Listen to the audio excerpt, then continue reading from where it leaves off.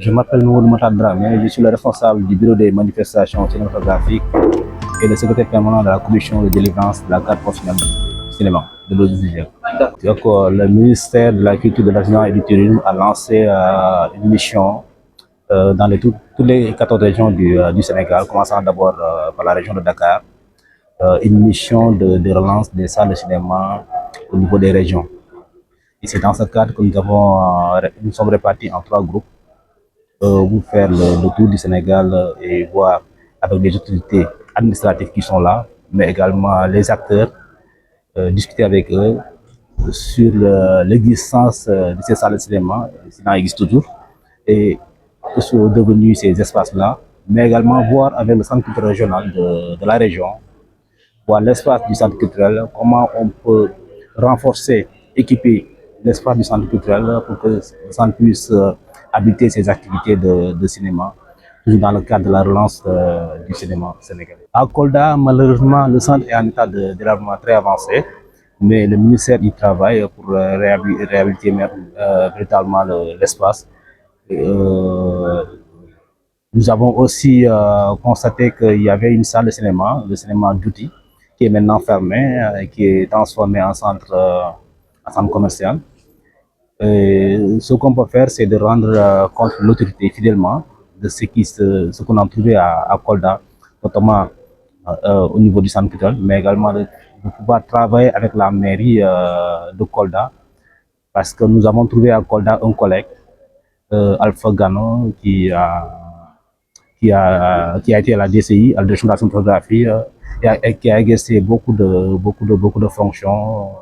Il était secrétaire permanent de la carte professionnelle, mais également il était aussi le chef bureau des manifestations. Donc, dans ce cadre, il peut nous aider dans cette relance du cinéma, voir comment travailler avec la mairie, parce que ce que nous voulons, c'est d'installer des salles de cinéma. Mais si la mairie a des espaces où on peut déjà commencer par des projections itinérantes dans les espaces de la mairie, il y a un espace que j'ai trouvé en face de la mairie. Ces espaces-là peuvent abriter des clubs de projection en plein air. Ça peut inciter les jeunes, la population à venir, à revenir au cinéma. Parce que le travail que nous faisons, c'est de permettre à ces jeunes-là d'avoir une formation dans le domaine du cinéma. Donc pour ça, il faut des acteurs, il faut des professionnels bien formés qui puissent venir dispenser ces formations-là pour que le cinéma soit pérenne. Pour la carte professionnelle, la dernière session remonte de 2024. Depuis lors, il y avait beaucoup de problèmes, notamment la direction a déménagé. Et lors de cet déménagement-là, la machine s'est gâtée malheureusement. Mais on a pu trouver un partenaire et nous avons acheté une machine.